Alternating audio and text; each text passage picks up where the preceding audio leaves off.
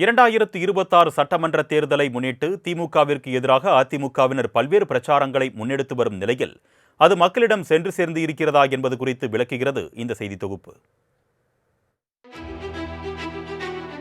தமிழ்நாடு இதுவரை எத்தனையோ தேர்தலை சந்தித்திருக்கிறது.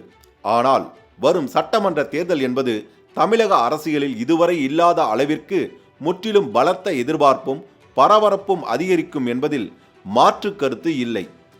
ஆளும் கட்சியாக இருக்கும் திமுக தனது ஆட்சியை தக்க வைப்பதற்கு பல்வேறு முயற்சிகளை மேற்கொண்டு வருகிறது. திமுக கூட்டணியில் காங்கிரஸ், மதிமுக, விடுதலை சிறுத்தைகள் கட்சி உட்பட பல்வேறு கட்சிகள் இருந்து வருகிறது.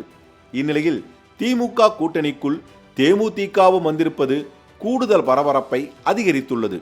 திமுக சார்பில் தேர்தல் வேலைகள் அதிரடியாக நடந்து வரும் நிலையில் அதிமுக எப்படியாவது மீண்டும் ஆட்சியை பிடித்துவிட வேண்டும் என்கின்ற முனைப்பில் இருந்து வருகிறது.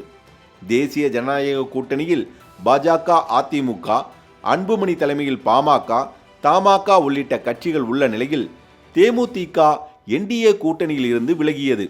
இதற்கிடையே சீமானின் நாம் தமிழர் கட்சி வழக்கம் போல தனித்து களம் காண உள்ளது. அதே நேரம் நடிகர் விஜய் தொடங்கிய தமிழக வெற்றி கழகம் முதல் முறையாக சட்டமன்ற தேர்தலை சந்திக்கிறது.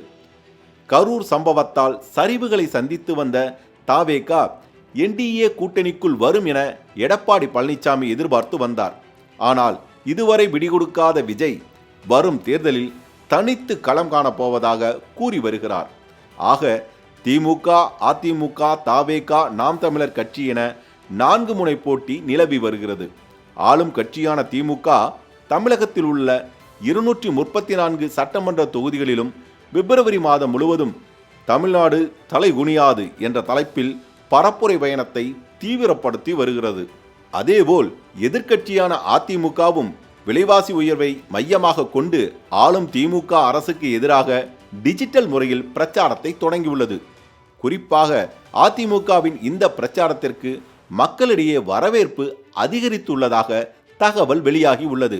கமிஷன், கலெக்ஷன், கரப்ஷன் என ஊழலில் திமுக ஈடுபடுவதாகவும், மின்சார கட்டணத்தினாலும், சொத்து வரி மற்றும் பல்வேறு வரி சுமையாலும், விண்ணை முட்டும் விலைவாசி உயர்வாலும் மக்கள் பாதிக்கப்பட்டு வருகிறார்கள் என தொடர்ச்சியாக தான் செல்லும் இடங்களிலெல்லாம் எடப்பாடி பழனிசாமி உட்பட எதிர்க்கட்சிகள் திமுக மீது கடுமையான விமர்சனங்களை முன்வைத்து வருகின்றன.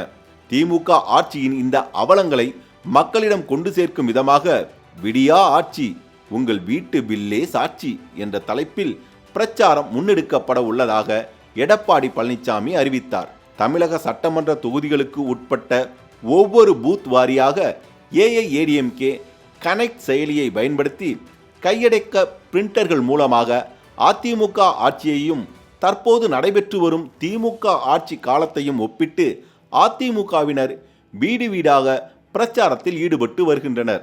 அதிமுக மற்றும் பாஜக கூட்டணிக்கு எதிராக பல அதிரடி திட்டங்களை திமுக தீட்டி வரும் நிலையில் திமுகவிற்கு எதிராக அதிமுக எடுத்துள்ள இந்த டிஜிட்டல் பிரச்சாரம் எந்த அளவிற்கு கை கொடுக்க போகிறது என்பது தேர்தல் முடிவுகளில் தெரியும் என்கின்றனர் அரசியல் விமர்சகர்கள். மாலை முரசு செய்திகளுக்காக செய்தியாளர் ராஜேஷ். மணப்பெண்ணின் பிரத்யேகமான திருமணம்